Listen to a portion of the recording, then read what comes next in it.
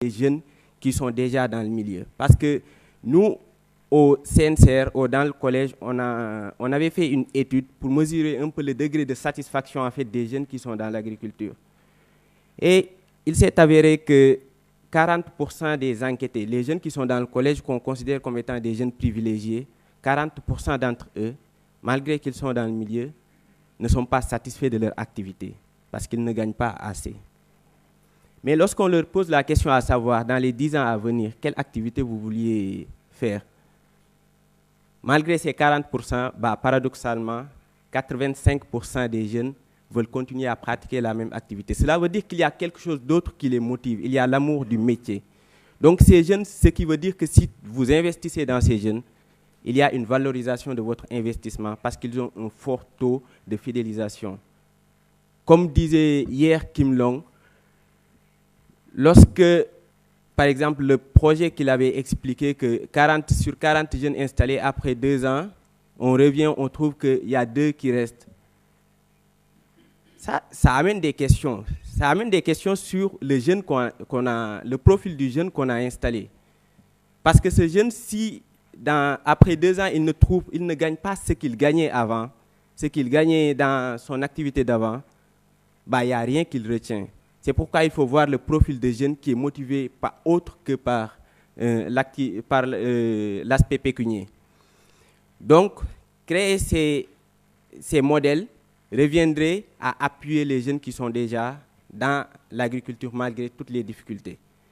Et la deuxième condition maintenant, une fois que ces modèles sont créés, une fois qu'il y a des modèles de réussite, que les jeunes puissent trouver dans ces modèles leur source de motivation pour aller pratiquer l'agriculture. C'est là qu'il faut créer maintenant, qu'il faut assainir l'environnement pour maintenant faciliter tout ce qu'on dit depuis hier, à savoir l'accès au financement, l'accès aux facteurs de production et l'accompagnement. Merci. Alors, la parole est à vous pour les questions. On va prendre un peu par étapes. Sur cette question donc, des conditions d'installation des jeunes dans ces différents contextes, dans ces différents environnements.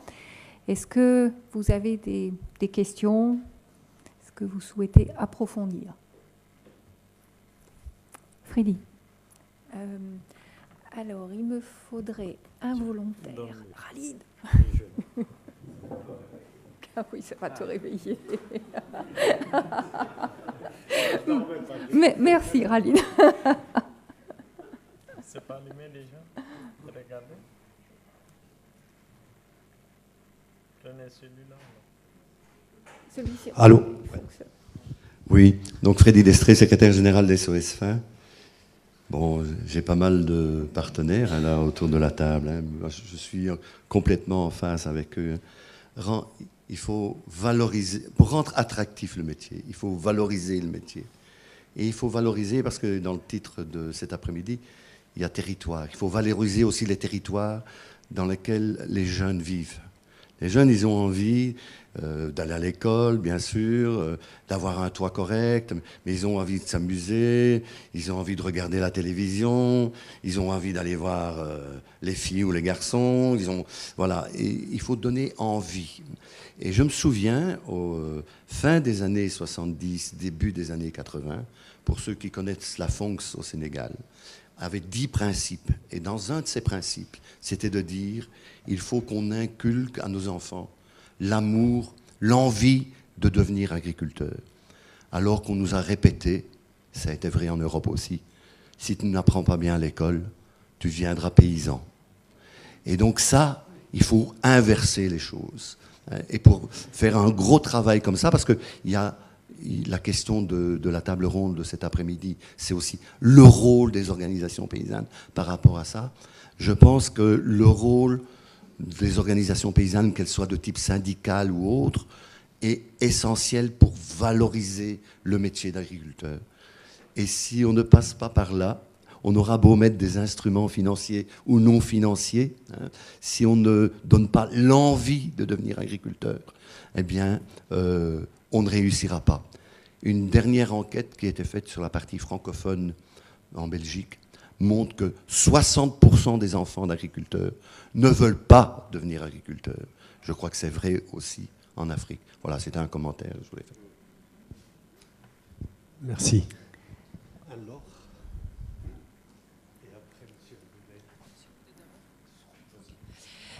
donc sur l'histoire de la valorisation de l'image de l'agriculteur, je crois que c'est vraiment quelque chose d'important. Il y a même des... Bon, là, on parle du rôle des organisations paysannes, mais il y a aussi le rôle des États là-dedans. Au Kenya, il y a même une émission télévisée qui montre en fait des agriculteurs dans toute la diversité de leur métier et qui donne envie en fait enfin des jeunes agriculteurs qui montrent que être agriculteur c'est intéressant, et je crois que ça permet de faire des émulations. Il y a des endroits, il y a des choses qui se passent à la radio, etc. Donc l'idée c'est qu'il n'y a pas simplement des footballeurs qui peuvent être des modèles de référence, mais des agriculteurs aussi. Et bon, donc ça a l'air de porter un peu ses fruits là-bas. Je ne sais pas comment c'est dans vos campagnes. Et juste pour rebondir sur l'histoire du social et du riz, il y a un projet au Sénégal qui, alors c'est anecdotique, mais qui a mis en fait, donc qui est sur des filières, en particulier la filière riz, et qui a mis en place en fait des championnats entre des clubs de foot de la ville et des clubs de foot de la campagne, en partant du principe que le lien social créé entre les producteurs et les consommateurs, ça va faciliter les circuits courts, et je crois savoir que ça fonctionne. Donc voilà, des petites idées comme ça. Donc le championnat de foot. Non, mais nous notons. Merci. Monsieur Ba. Merci beaucoup. Moi, c'est Abdoulaye Deba de la Guinée-Conakry. En fait, je suis de la Confédération nationale des organisations paysannes de Guinée. Je pense que chez nous aussi, il y a une expérience comme ça qui a commencé en fait avec la Fédération Pommes de Terre, que beaucoup connaissent. Mais je pense que ce qui est important, l'une des conditions, c'est effectivement cette rentabilité. Lorsque on veut encourager un jeune à s'investir dans l'agriculture, il faudrait que le jeune puisse avoir l'accompagnement nécessaire pour rentabiliser sa production. Le cas de la pomme de terre, lorsque un jeune s'engage à faire de la production de pommes de terre, la fédération et le jeune signent un contrat. Le contrat, c'est que la fédération s'engage à donner l'accompagnement technique, à donner les intrants, semences, engrais et produits phyto, à négocier le financement qui vient en termes de formation, à accorder des voyages d'échange pour aller découvrir ce que les autres font. Ça, c'est de la responsabilité de la fédération. Et à aboutir à un résultat. C'est lui qui prend 1 kilogramme de semences de pommes de terre, la production, il faut s'attendre à 7 kg. Donc ça veut dire qu'une tonne équivaut à un minimum de 7 tonnes. Parce que si on n'a pas les 7 tonnes, on ne peut pas rentrer dans les charges qu'on a supportées lors de la production. Maintenant, qu'est-ce qui revient aux jeunes?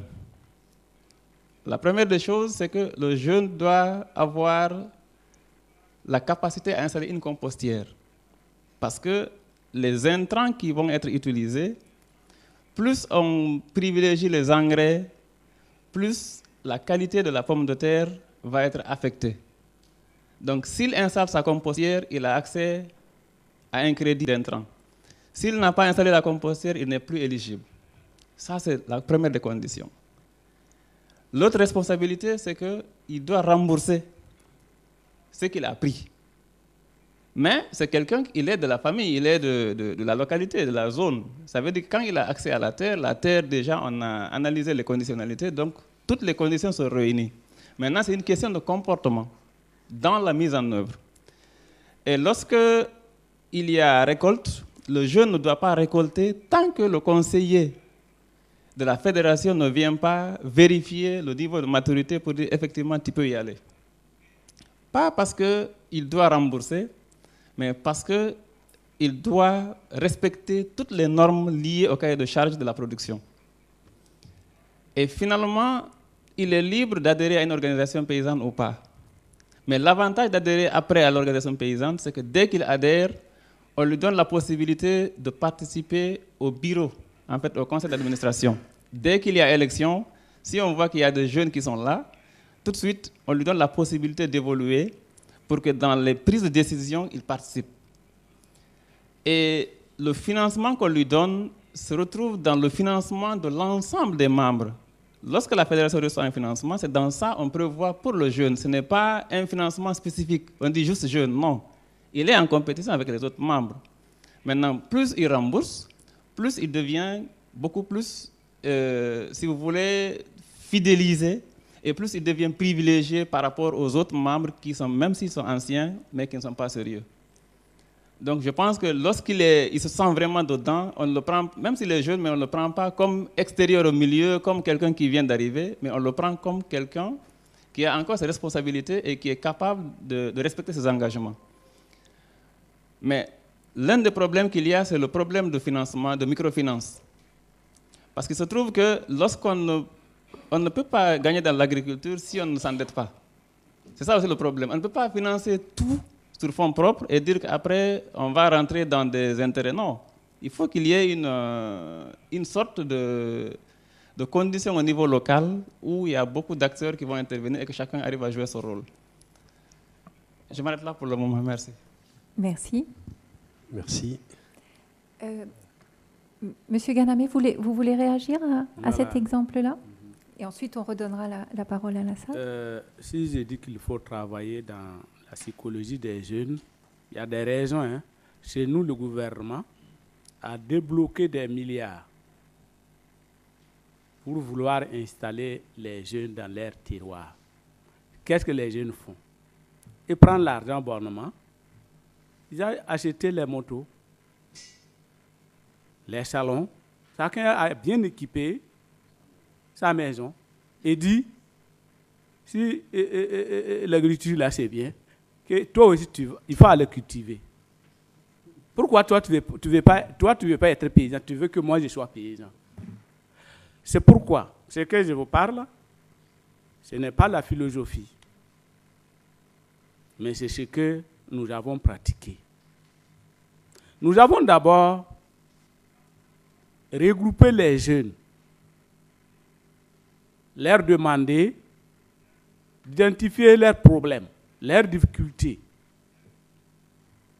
Ces jours, parmi les 100 jeunes, il n'y a eu que 30 qui disent qu'ils veulent aller au village. La raison, c'est qu'au village, il n'y a rien. Et dans l'agriculture, on ne peut pas vivre mieux. Donc, il fallait travailler pour leur montrer d'abord que l'agriculture, c'est un métier qui donne beaucoup d'argent.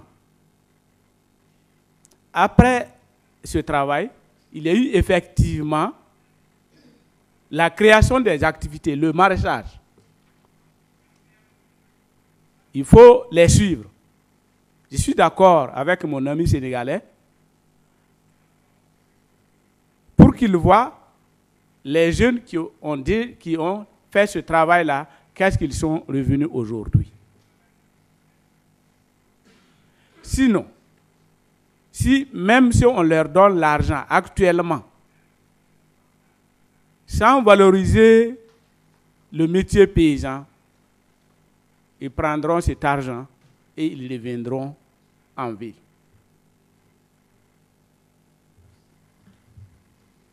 Merci. Il y avait là, après Christian.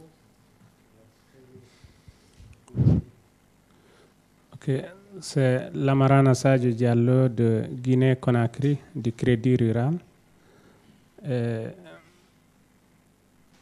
Mes prédécesseurs, notamment celui de SOS FEN, disons, a marché sur ma langue, puisque pour réussir l'insertion des jeunes au niveau de l'agriculture familiale, nécessairement, il faut rendre ce milieu attrayant. Il faut rendre le milieu attrayant pour fixer les jeunes. Sinon, même s'il y a des conditions, autres conditions favorables, mais si le milieu lui-même n'est pas attrayant, le jeune ne va pas rester.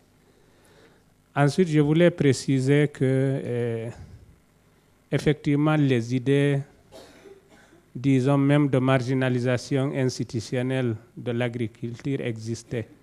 Chez nous, entre 1960 et 1984, qu'est-ce qui se passait au niveau des écoles de l'enseignement supérieur? Les enfants des ministres et des hauts cadres de l'État, des officiers de l'armée, allaient à l'école de l'administration pour devenir certainement aussi des cadres comme leur papa. Et tous les autres, on les laissait sur place dans des soi-disant facultés d'agronomie.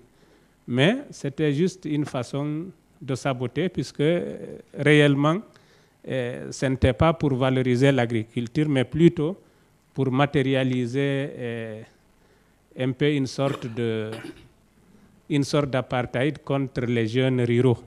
Donc, et même s'ils faisaient l'école, ils étaient obligés de rester sur place dans des soi-disant facultés d'agronomie. Donc, ça a été une marginalisation, une non-valorisation de l'agriculture.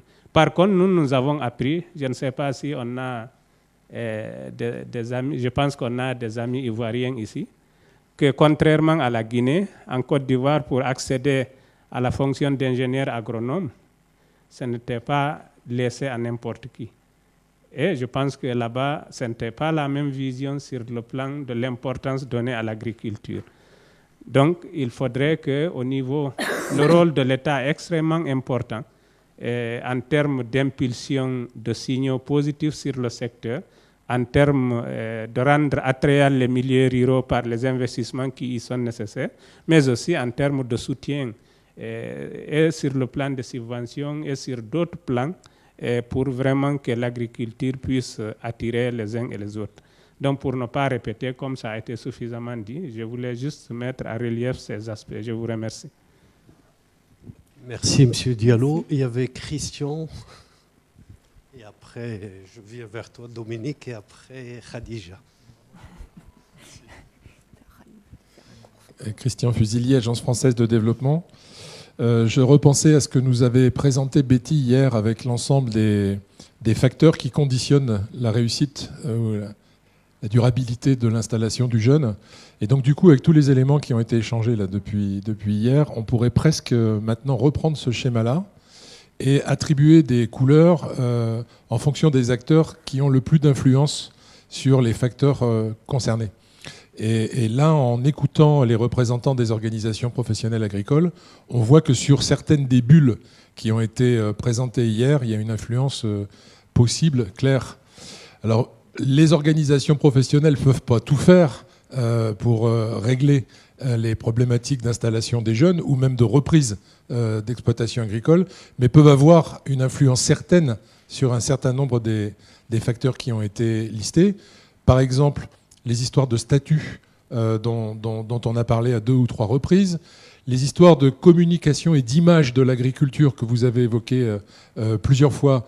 Les organisations professionnelles aussi peuvent œuvrer pour modifier cette image et donc développer des outils de communication qui permettent de modifier l'image et donc l'attractivité pour les jeunes de la fonction agricole. Les échanges de bonnes pratiques, puisque vous fonctionnez en réseau, la plupart d'entre vous, vous êtes dans des réseaux de 3, 4, 5, 13 pays. Donc il y a des pratiques ici et là qui, en matière d'installation, accompagnement de l'installation, peuvent être utiles. Donc vous pouvez capitaliser sur tout ça. Et puis, bon, il y a une fonction sans doute de lobby. Alors, je ne sais plus si elle fait partie du schéma global, mais puisqu'on a fait le constat, vous avez rappelé tout à l'heure, en donnant les résultats des travaux des ateliers, qu'il n'existait pas a priori de dispositifs spécifiques et d'outils particuliers dans la plupart des pays pour l'accompagnement de l'installation des jeunes. Alors la question n'est pas tranchée de la pertinence de créer des outils nouveaux ou d'utiliser des outils existants, que ce soit des outils financiers ou non financiers, mais au moins les organisations professionnelles ont la capacité d'interpeller les politiques sur ce sujet-là. Est-ce qu'il est pertinent ou non dans les pays où ça n'existe pas d'avoir un fonds dédié à l'appui à l'installation des jeunes agriculteurs, avantages, inconvénients selon les contextes. Et en tout cas, il peut y avoir du lobby à un niveau politique là-dessus. Il y a des réseaux multi-pays qui existent, je pense au RAFPRO, qui est le réseau africain des fonds de financement de la formation professionnelle, dont agriculture et rurale font partie de ce champ. Généralement, le RAFPRO, qui est alimenté par les cotisations d'entreprises formelles, la plupart du temps, donc qui versent des taxes d'apprentissage ou des taxes professionnelles, la plupart du temps, les services rendus par ces fonds de financement de la formation professionnelle sont orientés plutôt vers de l'appui formation continue, mais aussi installation en milieu urbain et vers des métiers plutôt urbains. Mais normalement, dans leur statut, il est aussi possible qu'ils accompagnent et qu'ils aident des jeunes agriculteurs. Ce champ n'est pas investi véritablement. Je pense que les organisations professionnelles pourraient engager une discussion avec le RAFPRO, qui regroupe 11 pays. Je pense que la plupart d'entre vous ici ont déjà entendu parler de ce réseau. Donc 11 pays d'Afrique de l'Ouest. Et voilà. Merci. Merci. Gauthier, tu avais demandé aussi. Oui, Dominique Morand, futur AFOP. Moi, je voudrais profiter de ce qui est des représentants des OV pour poser la question, vu ce qu'on a entendu dire, valorisation du métier d'agricole, je ne crois pas que ça se fasse en 1 minute, ça doit demander beaucoup de temps. Et vous en avez parlé tout à l'heure, entamé au niveau du Niger, la question de la durée et de l'âge de départ. Les OP, la question des jeunes, à partir de quand il faut la prendre en charge et pour quelle durée, combien de temps il va falloir dans votre esprit? Est-ce que c'est quelque chose qui se fait rapidement au niveau des formations, au niveau de l'accompagnement, tout ça? Comment vous percevez les choses par rapport aussi à l'urgence d'avoir un revenu? Ça, c'est une première question. La deuxième, c'est au niveau, comme vous êtes en Afrique, des représentants d'OP de filière, quel est votre positionnement, vous, sur le débat filière, approche systémique? C'est un deuxième élément. Le troisième élément, c'est on parle beaucoup de projets individuels. J'ai une expérience d'agriculteur. Personnellement, je m'en suis sorti que par le collectif. Parce qu'investir tout seul, c'est lourd. Investir ensemble, c'est beaucoup plus facile. Et les prises de risques sont moins fortes.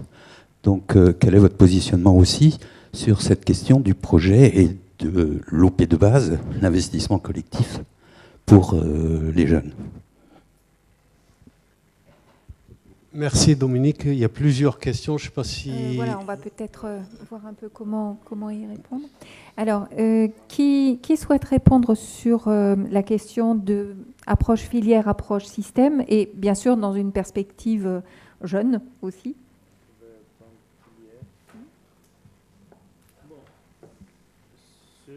Ce matin, il a été question justement de ce concept filière. Quand on créait l'Europa vers les années 2000, en ce moment, très souvent dans nos pays, nos gouvernements parlaient filière et les services de coopération aussi parlaient filière. C'était un mot qui était à la mode. Mais au niveau de l'Europa, on ne voulait pas du tout entendre parler de filière parce que nous disons que nous sommes une agriculture diversifiée. Ça a été évoqué aujourd'hui par messieurs. C'est vrai, mais petit à petit, on s'est dit, nos gouvernants sont tellement dans cette logique et pour capter les fonds, ils vont aller et on va mettre des filières en place. Ce sera des gens qui ne représentent rien dans l'agriculture qui vont porter ça. Et ce seraient les interlocuteurs des gouvernements. Donc, autant accepter le mot filière et mettre le contenu qui correspond à notre réalité. Et c'est ce qui a été expliqué aujourd'hui pour le coton. Pour le coton, dans certains pays, c'est pour financer le niébé. Au Mali, c'est pour financer le maïs. Donc, on est parti sur les filières. Et au niveau du repas, finalement, à la rencontre de Grand Bassam, il a été accepté que les producteurs de riz puissent s'organiser au sein du riz, au sein du repas, en filière. Et au niveau des pays, ces filières sont en train de se développer. On est en train de mettre ces filières en place. Mais ça m'amène à l'idée de voir, on est en train de se dire qu'on va mettre des observatoires. L'Europa a commencé l'idée il y a longtemps, l'observatoire sur l'exploitation familiale. Et on a parlé d'entrée filière. je pense que ça peut offrir une bonne opportunité pour nous parce que au niveau du Mali, on est en train de travailler tout de suite sur les stocks paysans pour le riz. On est en train de travailler sur les exploitations, connaître le nombre d'exploitations, les superficies, les rendements moyens, le nombre de producteurs et le niveau d'équipement. Tout ça, c'est des informations qu'on pourrait verser dans une grande marmite au niveau de la Coordination nationale des organisations paysannes au Mali, la CNOP. Et les autres filières aussi pourraient faire pareil. Mais puisque nous travaillons beaucoup plus, le riz, c'est notre spéculation, c'est là où on travaille beaucoup plus, mais il y a d'autres spéculations. Mais sur les autres spéculations, peut-être qu'on aurait besoin d'autres informations, on pourrait puiser dans ce canari-là et on pourrait travailler avec. Donc le mot filière aujourd'hui, nous l'acceptons, mais pendant que nous sommes en train de l'accepter, il y a quelque chose qui est en train de se dessiner, c'est que, il faut le dire les choses carrément, les Américains viennent et disent qu'il faut mettre l'interprofession céréales. Donc on nous pousse pour aller sur des filières pendant qu'on est en train de mettre des interprofessions tant. On dit il faut mettre tous les céréales ensemble alors qu'on a toutes les céréales ensemble alors qu'on n'a pas fini encore de segmenter les céréales. Donc il y a ce risque. Il faudrait qu'en Afrique, nous-mêmes, nous puissions prendre nos décisions et qu'on laisse aussi, on ne laissera pas, mais il faut que nous-mêmes, nous puissions résister pour prendre les décisions. Et je reprends ici ce que j'avais dit, tout ce qui se fait pour toi, sans toi, se fait contre toi. Donc je pense que c'est aux Africains, aux organisations paysannes de s'assumer et de donner, d'avoir une bonne vision et de défendre cette vision. Mais si elle est mauvaise et qu'on nous présente quelque chose de meilleur, pourquoi ne pas prendre ce qu'il y a de meilleur? Mais quand même avoir une bonne vision et marcher là-dessus. Merci. Merci. Babacar, sur les deux questions, et notamment le projet collectif. Oui, voilà, sur l'investissement collectif. Je crois que qui connaît les OP, c'est qu'ils sont déjà dans la dynamique d'agir en commun, parce que l'union fait la force. C'est ça même qui justifie en fait le fait que les organisations de producteurs acceptent de se mettre ensemble pour créer les plateformes. Mais en matière d'installation, je dirais que, comme je l'ai dit tantôt, c'est souvent des projets qui sont mis en place pour corriger, en fait, pour apporter des solutions plutôt dans l'installation des jeunes. Lorsqu'on parle de mutualisation, en fait, des efforts, je crois que ce problème devrait être érigé en politique. Parce que l'installation des jeunes dépend de plusieurs facteurs. Ce n'est pas seulement à chaque fois que des organisations par-ci par-là se vantent d'avoir installé 400 jeunes, 500 jeunes, suivant un modèle qui a réussi. Parce que lorsque monsieur parlait tout à l'heure de l'attractivité même du milieu, cela peut ne pas être du ressort de l'OP, mais cela peut être du ressort, par exemple, de la collectivité locale. Et il y a d'autres facteurs, comme par exemple la valorisation du métier, comme on l'a dit tout à l'heure, peut-être du ressort de l'OP. L'accompagnement pourrait être le ressort, par exemple, des ministères et tout. Je crois que il faut qu'on sorte de l'esprit de projet et qu'on part dans une dynamique de politique. Parce que c'est une question cruciale, que tout le monde est d'accord que c'est une question vraiment qu'il faudrait que tout le monde se mobilise sur cette question. Donc, il faudrait qu'on prenne l'installation des jeunes comme étant une politique nationale ou bien une stratégie nationale avec des objectifs bien définis et que tous les acteurs concernés mènent des actions en direction de l'atteinte de cet objectif ou bien de ces objectifs. Je crois que la mutualisation des efforts devrait être la mise en place de cette politique nationale ou bien d'installation. Peut-être sur la valorisation de l'agriculture. Pour la valorisation de l'agriculture, je pense, et peut-être je me trompe un peu, mais il n'y a pas une seule activité à part la politique et la vente de drogue. Et ça, c'est des choses, c'est comme courir sur le toit, tu ne feras pas long feu. Il n'y a pas une activité qui rapporte de l'argent plus rapidement que l'agriculture. Mais la façon dont nous pratiquons l'agriculture, c'est on y a beaucoup de façons traditionnelles de gestion justement de nos exploitations. C'est ça qui nous pose problème. Donc si on veut valoriser l'agriculture, c'est faire en sorte que les agriculteurs